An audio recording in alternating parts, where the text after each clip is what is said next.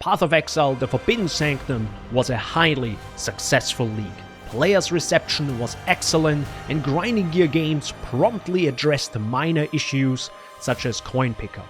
In this video, I will discuss the league's gameplay, story, and sound design, as well as its integration into the Act storyline. I will also discuss what I learned and how I'm going to approach leagues in the future. Hi, it's me, Daniel, the Balding Gamer. As is tradition with my reviews, I'm going to talk about the league and not the patch. So I won't discuss any changes towards skill X or build Y, and if they got nerfed, buffed, or Chris Wilson gave them +2 melee range or something. I'm sorry, I had to, a little bit of a joke, With this out of the way, let's jump into the...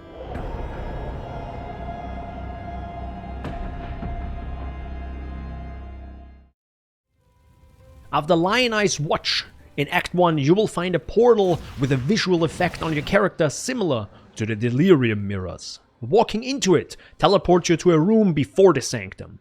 While it can be annoying to be pulled in involuntarily, it's convenient not to have to click on something to access it. In the room, you can view the layout to start or continue a run, and choose rooms to open or save them for later. You can save up to 1 floor of the 8-room run. The experience is smooth and quick without long animations or loading times.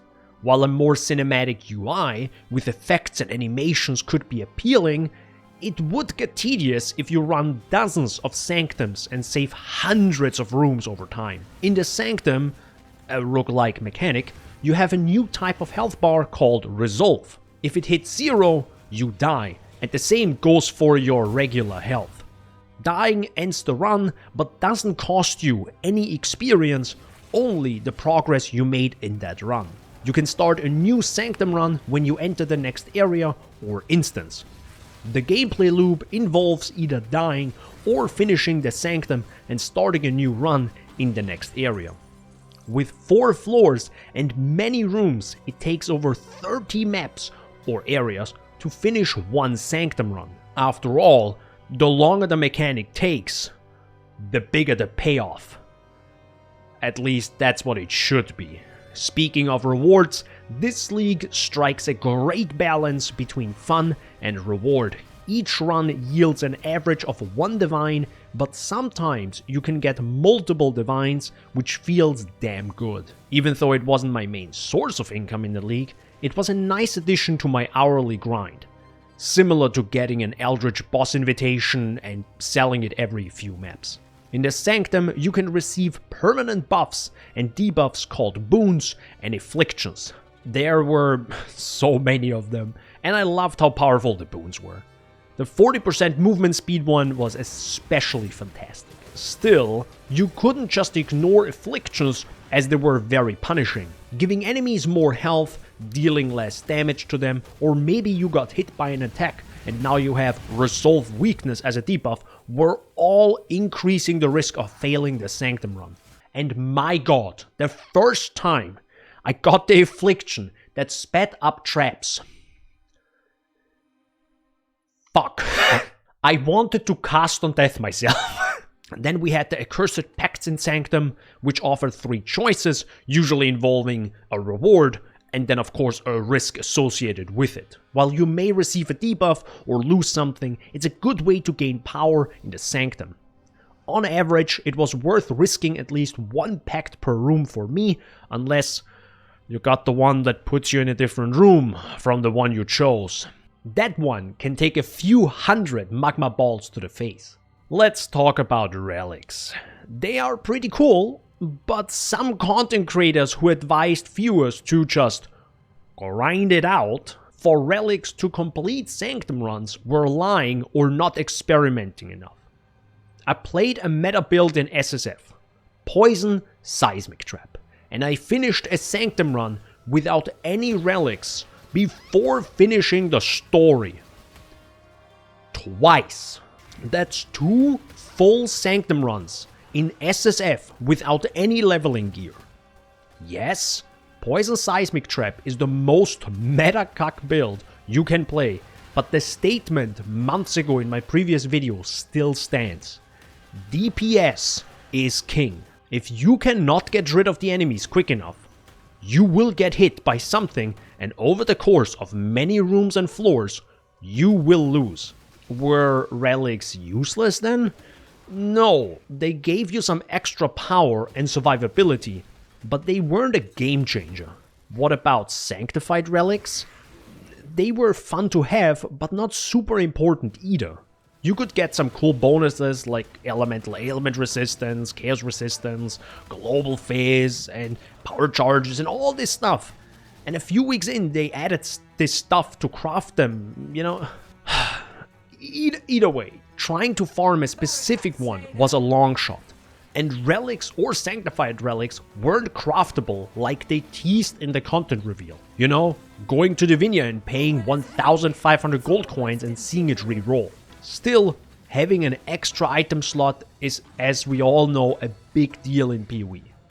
There's just a ton of power behind an extra item slot. Looking at the Forbidden Sanctum's different areas, there were quite a few of them.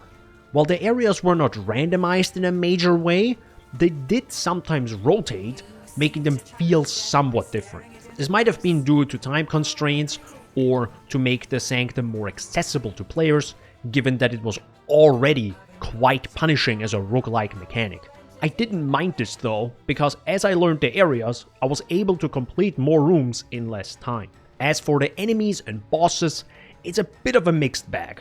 Some of them were essentially copy-pasted from other parts of the game, such as expedition bosses, elder guardians, map bosses, heist enemies, and so on. They could be incredibly challenging to the point of ending your run depending on your build. However, as you got stronger, they became less of a threat. Did copying the bosses make the league worse? Not really. The bosses were changed up and given new attacks and effects to make them feel different. Plus, it's hard to create new content in such a short time. Were the bosses too hard? Well, it's the Sanctum, a rook-like mechanic, so it's expected to be challenging. Speaking of challenging, the final boss, Lycia, the Unholy Heretic. She talks to you as you progress through the Sanctum and waits for you in her arena. As the battle starts, you notice the moving bloody ground, which forces you to move around. As you deal more damage, this phase becomes less important. Still happy to see that GGG was experimenting with a slightly different type of battle in the first third. At around 33% health, she teleports away, removing the bloody ground, and you need to run past the monsters, lasers, and rolling magma orbs into a smaller arena and fight her some more. With different attacks and one massive AoE attack, you should continue moving, or else you might get one shot. Wearing her down, she doesn't fall over and die, but looks like she sold her body or soul to Baidet and lost her humanity as she transforms into a creature with wings. You can either leave and get your reward, or fight her final form in the Beyond for unique items. Lycia's final form is just great. I loved seeing it for the first time completely blind. I wasn't spoiled by any streams, screenshots, clips, nothing. So I was very happy to have experienced it completely blind. Keep in mind, this is her final form, and her attacks can hurt both your health and resolve a lot.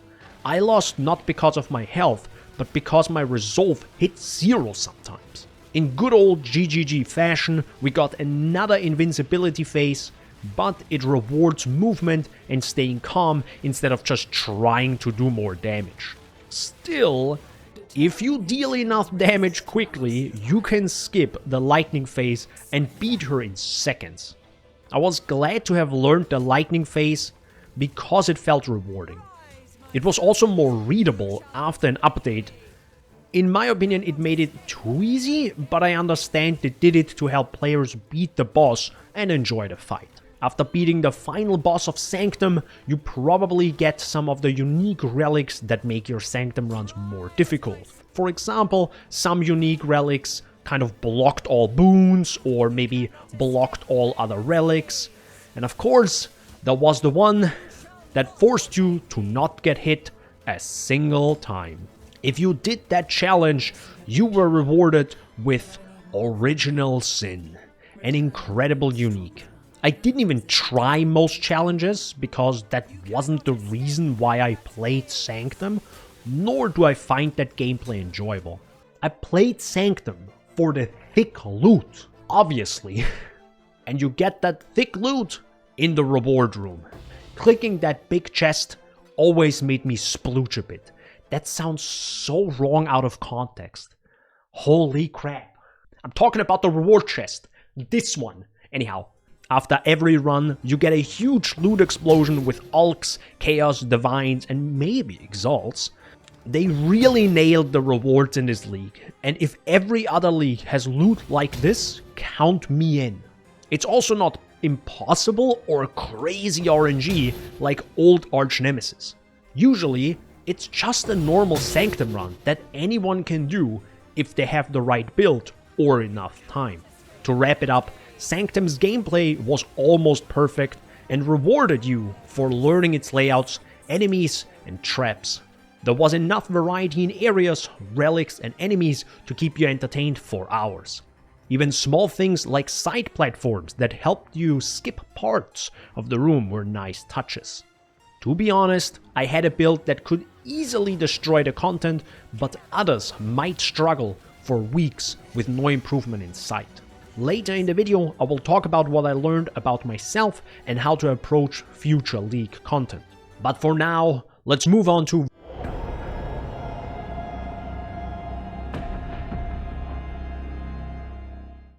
As you guys know, I'm a bit of a slut for sexy clean textures, and boy did I cool. I love the textures, they were good. I just love the textures and environment in this league, especially with global illumination turned on. Going deeper down the Sanctum felt a bit rewarding, just being able to see those beautiful textures and environment. The visuals were incredible and need to be seen to be appreciated. Unfortunately, YouTube's bitrate doesn't do them justice. I hope you take the time to appreciate the probably hundreds of hours that went into making them. Unless you got the affliction that, made everything dark and hid your minimap. Then rip.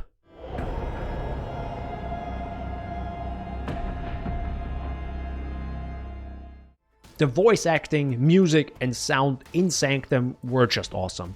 Two characters, DaVinci and Lycia, had contrasting voices that were enjoyable to listen to. The League had 4 new main tracks and 1 track for the trailer, all done by Michael. The music was sometimes ambient and sometimes used for boss fights. Lycia's theme was without a doubt my favorite, but Path of the Damned is a great track too at just 57 seconds. Overall, the sound design was impressive and added to the experience. Sanctum's sound effects might be easy to miss amidst all the action, but they definitely set the mood.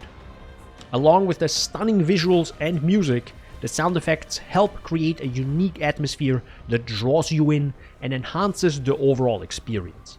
Grinding Gear Games really nailed it again with this league.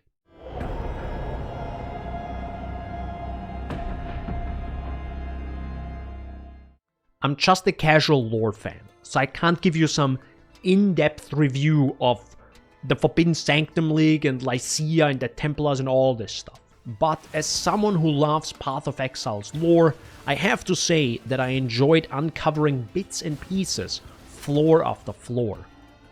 If you want a Giga Chad galaxy brain explanation of what the heck Sanctum is all about, check out Noodle's video, link in the description. In short, Lycia, the unholy heretic, sold her soul to Baidet, the Archangel of Death, from the Scourge, and is trapped in the Sanctum.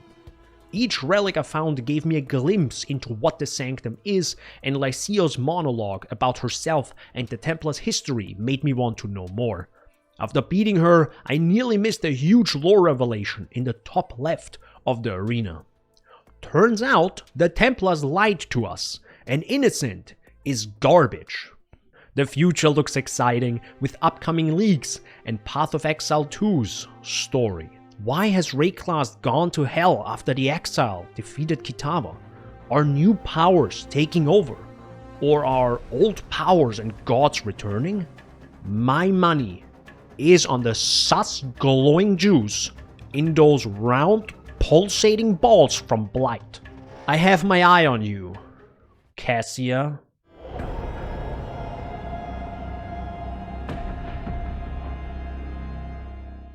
Traditionally, you start experiencing the new league from the coast onward. If you're a god or played a meta build, you may be able to beat the boss of the first floor after 8 instances, which is close to the end of Act 1. This is when you learn more about the lore of the place, which is beautifully voice acted. Later in Act 2, you meet the DaVinci, who needs your help finding the Forbidden Sanctum underneath the Fell Shrine ruins. This area is conveniently in Act 2, where we are right now. You find DaVinci at the entrance, she starts to follow you, and you run around trying to find the Sanctum. Once found, she gives you a relic and explains how to use it.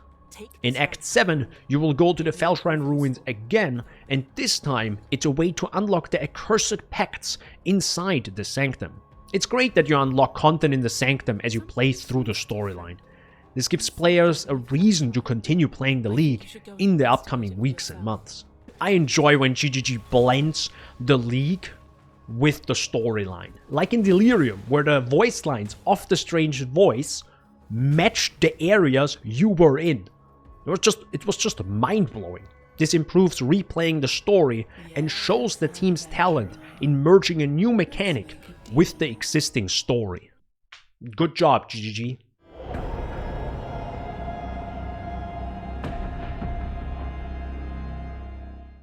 What I learned while playing Sanctum is that I sometimes suck. In my previous video, I complained about how tedious and boring the Sanctum League was, but that changed when I switched to a new, stronger build. It made me realize that having the right build is crucial for playing the league effectively. Looking back at my dislike for Metamorph, I realized that a different build could have made it easier. So, if you hear me complain about the league during my live streams, tell me to shut up and be better by using the TTS function. At twitch.tv/DanielBR93. Self-promotion over, let's get to the conclusion. In conclusion, the Forbidden Sanctum was an amazing league to me, and I think to many others as well. Gameplay, story, visuals, music, sound, and the integration into the acts was fucking great. If any person from GGG listens to this, no matter where you are in the company or what you have worked on, you did great. You did a great fucking job. Thank you. Sanctum gets a 9 out of 10. Oh boy, I'm tearing up here. Alright, hope you enjoyed my review. Thank you so much for sticking around. I will be doing a live reaction on my Twitch stream about the new upcoming league. So go check that out. Come by, hang out if you want to. I will, as always, post my reaction here on YouTube. So subscribe. Alright, I can't make it more obvious, okay? Maybe I need just massive flashing lights in the background just saying subscribe, super annoying. No, I won't do that. Alright, have a great day. Bye-bye. Toodles.